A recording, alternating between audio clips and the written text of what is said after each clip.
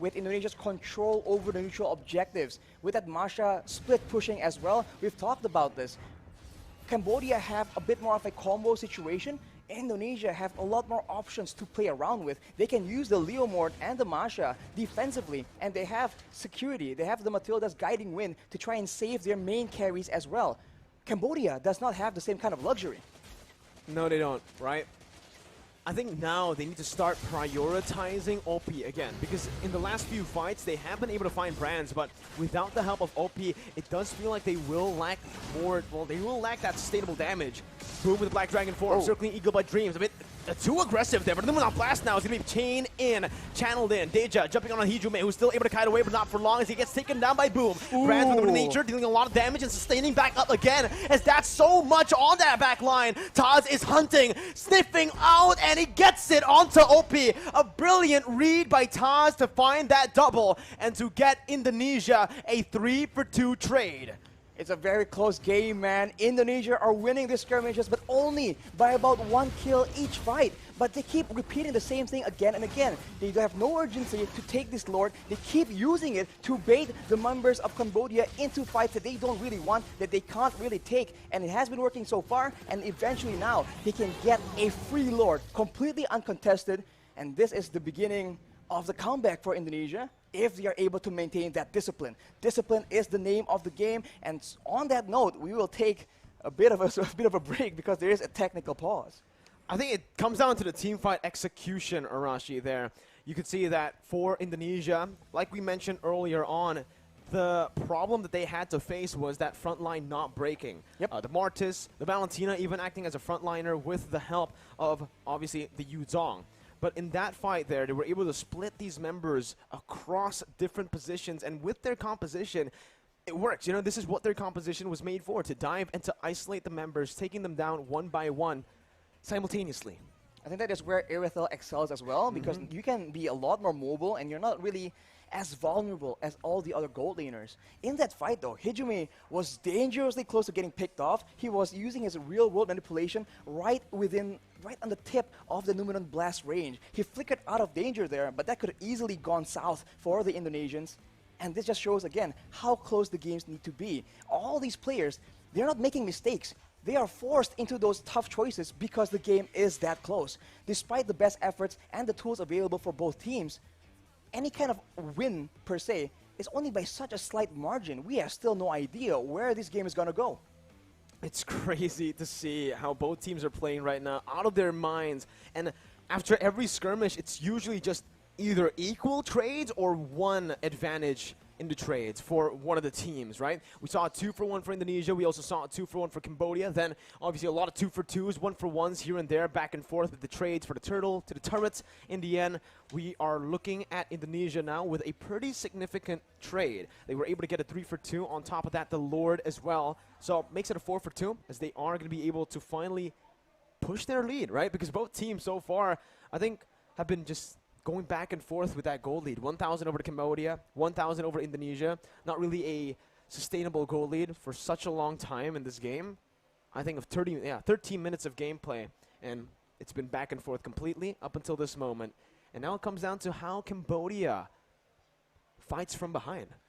Keep in mind though, now Psychots has been such a nuisance, cutting in the waves, being that uncatchable, that very elusive EXP laner in not the same way, in the way that Boom cannot replicate, right? So Indonesia is having so much more macro pressure, and Cambodia, remember, when both teams trade in their gold laners, OP is the main hero for the side of Cambodia. That is not the same case for Indonesia. Anyone has shown, well, not anyone, but a lot of the other members has shown that they can completely step it up. And we've mentioned it again and again. There have been plenty of games for Indonesia where they let brands take that weak side and take the bulk of the pressure, and somehow, some way, he still stays relevant. So if this continues, I do think that it benefits the Indonesian team a lot more. I think it comes down to, again, Arashi, that wave control, right? The side lane control in the later stage of the game. Cambodia have been... The division of labor within Cambodia is a bit questionable in my opinion, right? Lutu has been the one sent down to the gold lane to actually clear that minion wave where, again, He's the jungler. He needs to be there. That was the reason Indonesia were able to commit onto Lord and to force Cambodia in a position where they weren't ready to look for a fight. But here it is once again. Nibiru's passion there by Oppi, but it's going to be cancelled out. That's still the mid lane tier 2 taken down. They have a lot more siege potential here with that Iesf, and now look at that flank though from T. Oh, he's going to be spotted out here. It was initially such a good flank, but it's going to be spotted out, and that's the flicker out. The threat of that Numenal Blast flicker is no longer present for Cambodia. That is completely unfortunate. And as you mentioned, Mirko, setting Luto is difficult, but they require Boom to have that kind of backline pressure in those team fights. Indonesia is making Cambodia have the hardest of decisions, and now with that superior siege, with that poke damage, with the counter engage available, they're slowly but surely working up their way, taking control over the jungle, and now Cambodia is in trouble. Can they even send anyone out to try and scout in these bushes? Because T has no flash, no flicker available. Yeah, let's take a look at the items here. That's the Berserker's Fury, the DHS already completed as well. It's done for Brands here on the Irithel. One more item to go. He's working on either a I don't know. Does he want to get a Scarlet Phantom here? I feel like, you know, Has claws? as late as this. I'm thinking. I feel like Has claws would be better because how Irithel works out, but maybe he has something else in mind. Hijime, of course, I have my eyes on the Iesf with a Divine Glaive, though. You're biased towards Iesf, Arashi. I mean, it is what it is. He has penetration now, and that is a lot of AoE, especially if Indonesia is using these lords to actually bait Cambodia into a fight. The Psychots. Oh, Psychots losing a whole lot of HP. OP with a brilliant win of nature there. Baits out that Thunderclap. Now it's the engage once again by Dream. Circling Eagle over to Alpi, but it's a very good knock-up over from Boom. A kill over to Brands as well. Indonesia caught in the midst, now having to back off. Hijime getting the shield down with real-world inflation, but Lutu comes in to follow it up. It's a blunder from Indonesia. 3 members falling, and this might be it for Cambodia. That was the moment they were looking for to turn the tides and to get the goal lead back in their hands. 20 seconds for Brands to be back onto the map. The wave is benefiting Cambodia, but their base isn't exactly safe as well. Right now, they go for the Lord, where they could have potentially went for an end push and catch and force these 2 remaining members into crazy fights. They go for the Lord, though, the more calculative approach, but they might lose a turret because of it. Definitely a big benefit for Cambodia, but maybe it could have been a bit more efficient.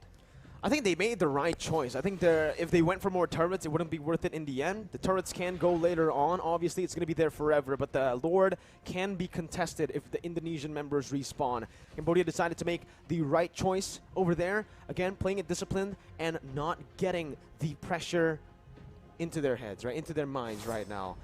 A very good fight. And we actually asked this question right before the pause.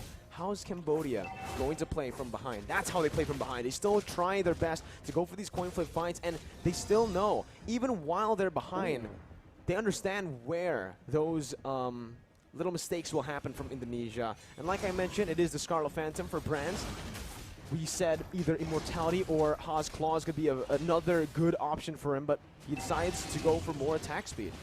Well, that is why, as well, that is why Cambodia keeps Boom in those team fights. That is the impact he can bring. And now with the Lord here, it will be cleared out by the Indonesians, and it's back to the status quo. It's back to Indonesia, pressuring with that macro game, abusing this Masha as much as possible, but Cambodia has equalized on the gold lead. This game is very, very intense, and I must say, I still think the late game favors Indonesia, but Cambodia is making it seem not so one-sided. It comes down to Oppi, right, in the later stage of the game, and Deja, honestly. Yes. Honestly, it feels like it's every single member, because Boom was the key member to getting that fight over to the side of Cambodia. Now, Oppi and the rest of the members now looking for that bottom tier 2. Psychos looking for the flanks right now, but he's all alone. Caught in the midst of it all right now. As that's going to advantage. Rage popped in. Psychos still going onto Oppi, who's still able to kite away. Real world inflation onto Deja, but it flickers out. Boom as well here, getting out to safety with a Furious Dive. Both teams disengaging. And it's an amazing team fight. Micro play shining for both Cambodia and Indonesia. Keep in mind, though, look at the battle spells. Everything has been exhausted by the Cambodian side, so there's a small window here where Indonesia can make a winning play. This is 19 minutes in the game. For the most part, especially the main carries, everyone is on a full inventory slot. Hijime has a Winter Truncheon, so watch for that being used to maybe bait out some abilities, but for OP, he has the Wind of Nature, so Psychots as well as Taz will have a more difficult time bursting him down. Grant's included in that equation as well. It will be in the hands of Hijime to see if he can actually burst OP through that Wind of Nature. 19 minutes in now. Next Lord is going to be the Evolved Lord, and you can see Cambodia already maneuvering around that place, knowing that they have more pressure on the map currently, even with the disadvantage in turrets. With the top side continuously just pushing in towards Cambodia, they've been able to actually micromanage it to a point where it's always at a good position, right? Again, they're leaving it in that top side, having one minion pushing in as well.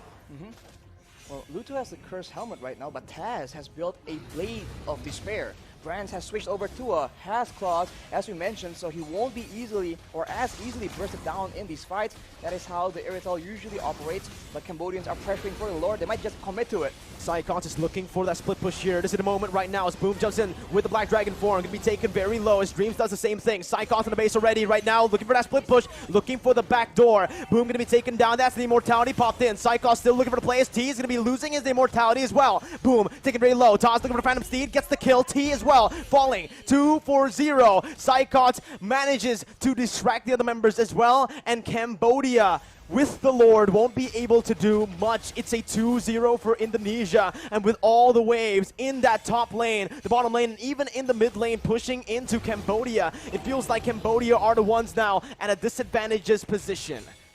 You have to ask the question again, is it worth going for the Lord, trading it for the lives of your members? The longer the game goes, the longer these death timers will be for both these teams, and that must be something you need to calculate. If you take the Lord and lose 2, you might just be at a disadvantage. Indonesia is making Cambodia pay for that Lord take. They're going for the play. The damage onto Opie with real world inflation, forcing the flicker out.